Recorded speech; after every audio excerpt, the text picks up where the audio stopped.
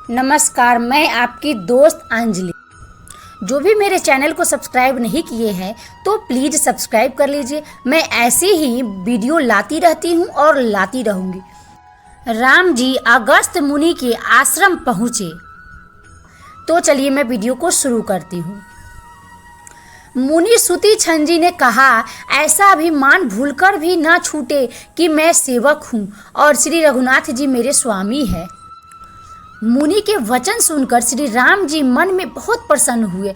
तब उन्होंने हर्षित होकर श्रेष्ठ मुनि को हृदय से लगा लिया और कहा, हे मुनि, मुझे परम प्रसन्न जानो, जो वर मांगो वही मैं तुम्हें दूं।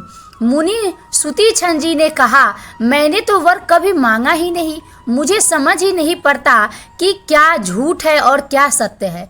हे रघुनाथ जी, हे दासों को सुख देने वाले, आपको जो अच्छा लगे मुझे वही दीजिए। श्री रामचंद्र जी ने कहा, हे मुनि, तुम प्रगाढ़ भक्ति, वैराग्य, विज्ञान और समस्त गुणों तथा ज्ञान के निधान हो जाओ। तब मुनि बोले, प्रभु ने जो वरदान दिया वह तो मैंने पा लिया, अब मुझे जो अच्छा लगता है वह दीजिए।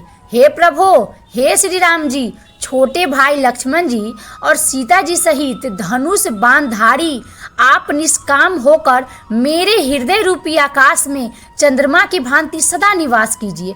ऐसा ही हो। ऐसा उच्चारण कर श्री रामचंद्र जी हर्षित होकर अगस्त ऋषि के पास चले।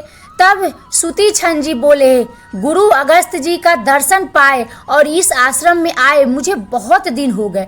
अब मैं भी प्रभु के साथ गुरु जी के पास चलता हूँ। इसमें हे नाथ, आप पर मेरा कोई एहसान नहीं है। मुनि की चतुरता देखकर कृपा के भंडार श्री राम जी ने उनको साथ ले लिया और दोनों भाई हंसने लगे। रास्ते में अपनी अनुपम भक्ति का वर्णन करते हुए देवताओं के राज राजेश्वर श्री राम जी अगस्त मुनि के आश्रम पर पहुँचे।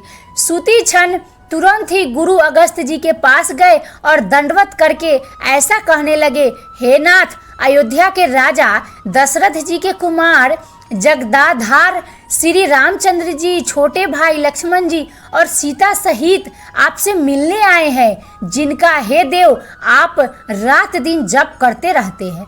यह सुनते ही अगस्त जी तुरंत ही उठ दौड़े। भगवान को देखते ही उनके नेत्रों में आनंद और प्रेम के आंसुओं का जल भर आया। दोनों भाई मुनि के चरण कमलों पर गिर पड़े। ऋषि ने बड़े प्रेम से उन्हें हृदय से लगा लिया। ज्ञानी मुनि ने आदर पूर्वक कुशल पूछकर उनको लाकर श्रेष्ठ आसन पर बैठाया।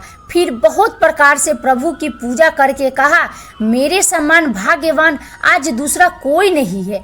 वहाँ जहाँ तक जितने भी अन्य मुनिगण थे सभी श्री राम जी के दर्शन करके हर्षित हो गए।